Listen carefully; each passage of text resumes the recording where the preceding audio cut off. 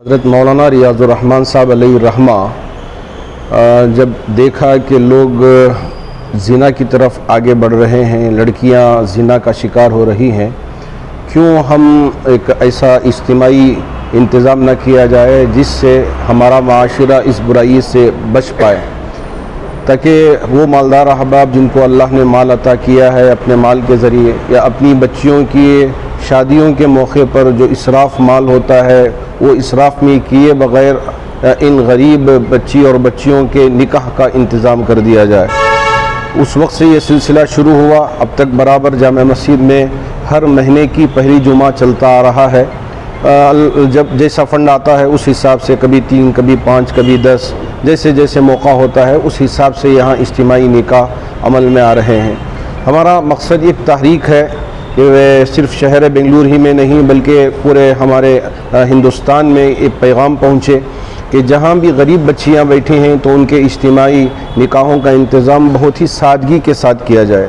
آپ یہاں جامع مسجد میں ابھی دیکھا کہ بہت سادگی کے ساتھ نکاح کا انتظام اور ان کی چھوٹی موٹی ضرورتوں میں ان کا تعاون کر کے بھیجا جا رہا ہے۔